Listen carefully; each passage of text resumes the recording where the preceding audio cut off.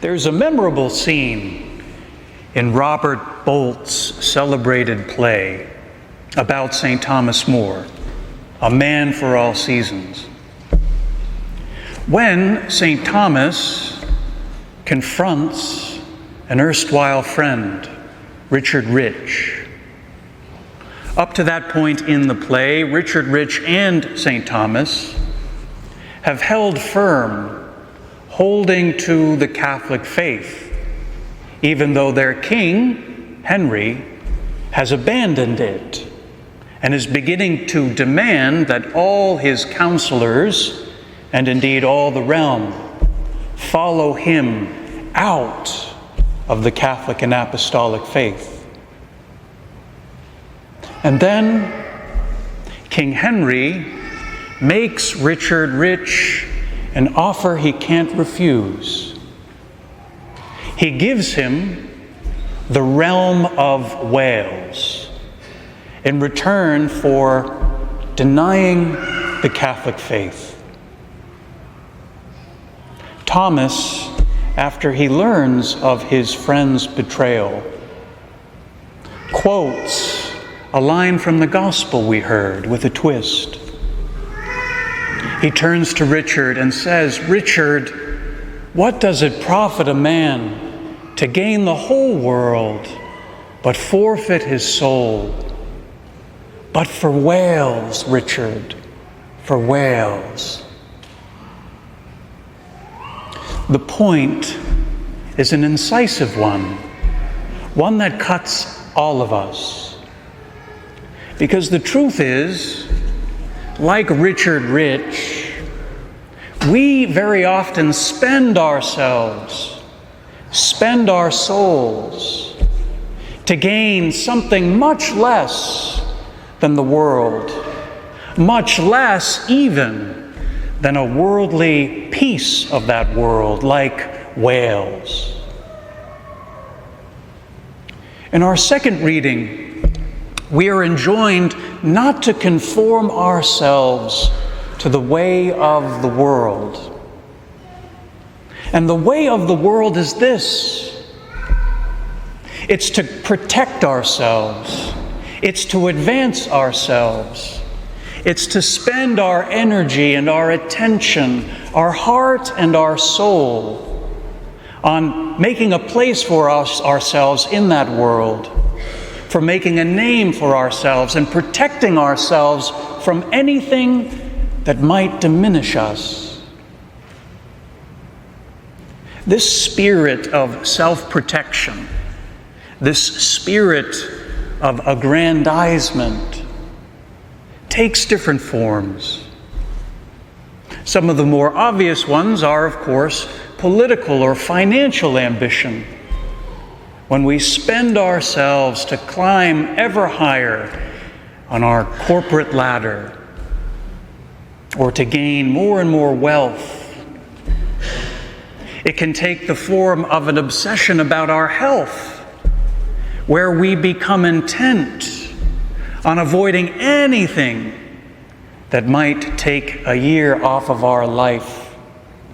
And we study every single scientific journal that indicates the way to a longer and healthier life. We spend ourselves on these things. And in the quiet moments during these frenzied pursuits of gain and self-protection, we know the truth that the Lord speaks. We know that in these frenzied efforts to secure a life for ourselves, we wind up losing it.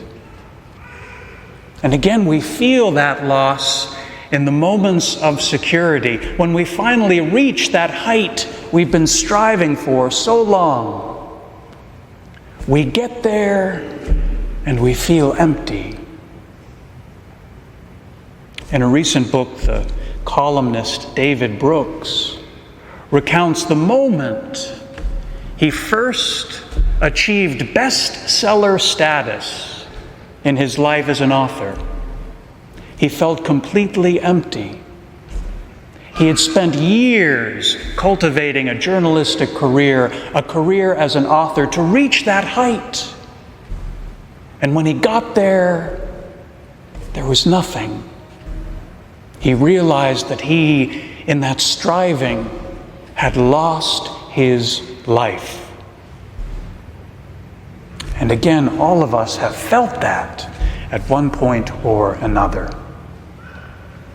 When we live in the spirit of the world, we think that God is all about advancing our self-protection, advancing our self-aggrandizement. We expect God to be our greatest ally in this cause of ours. And it is precisely this spirit, this dark spirit, that motivated St. Peter to rebuke Jesus, to attempt to correct the man, the God he had confessed just a few verses before as the Christ. You cannot suffer and die. You cannot face the shame of the cross. That's not what we're about. That spirit, brothers and sisters, lives in us as well. We embrace Christ, but reject his cross. But the Lord Jesus shows Peter and shows us an altogether different way from the self-protectiveness of the world. He shows us that God leaps into our sorrow, that God embraces our suffering, heedless of the shame, that God made human, Jesus, walks the way of the cross, lays down his life, and calls us to do the same. Every single one of us, as followers of Jesus, must walk this path. And it takes different forms depending on your particular call. Many of you are married. And on your wedding day, on any wedding day, when a man and a woman stand before the altar of God, their life as individuals ends. The reason Catholics get married before altars, places of sacrifice, is because the singular life of that bride, the singular life of that groom, comes to an end. They lay themselves down.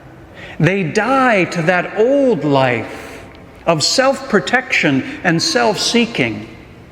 And by the power of Jesus, from that altar, are raised to a new and better life for him and for one another. Much is sacrificed on your wedding day. There is a real death, but in that death, in that losing of your life, you are given a better one, not free of suffering, but rich in love, rich in life. The same is true for those who are called to celibacy, whether in religious life, the priesthood, or living the unmarried life, the single life in the world. The world thinks by giving up marriage that you have no life at all, that there is only emptiness and loneliness.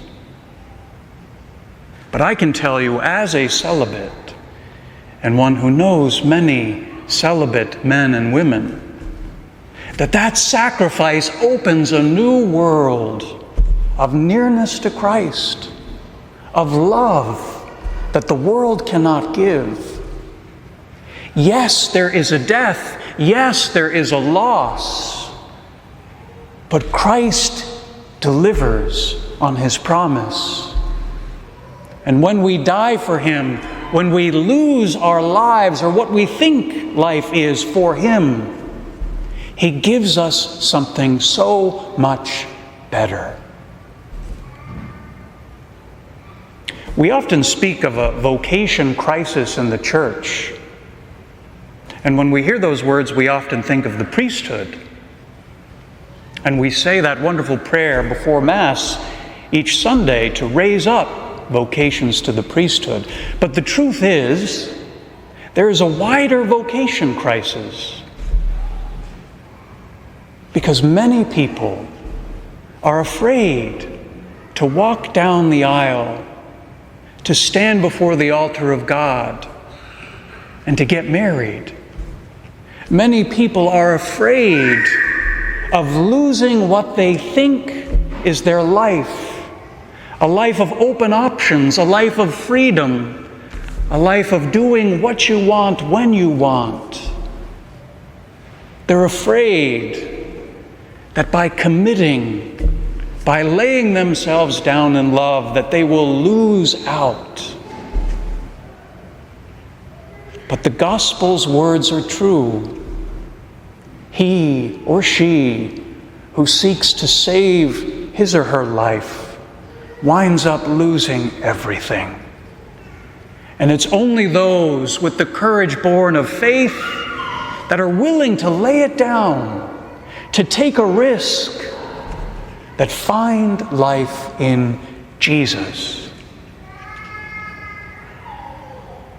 The ultimate manifestation of the truth of these words is, of course, martyrdom. And the martyrs whom we venerate and honor don't just wake up and become martyrs one day.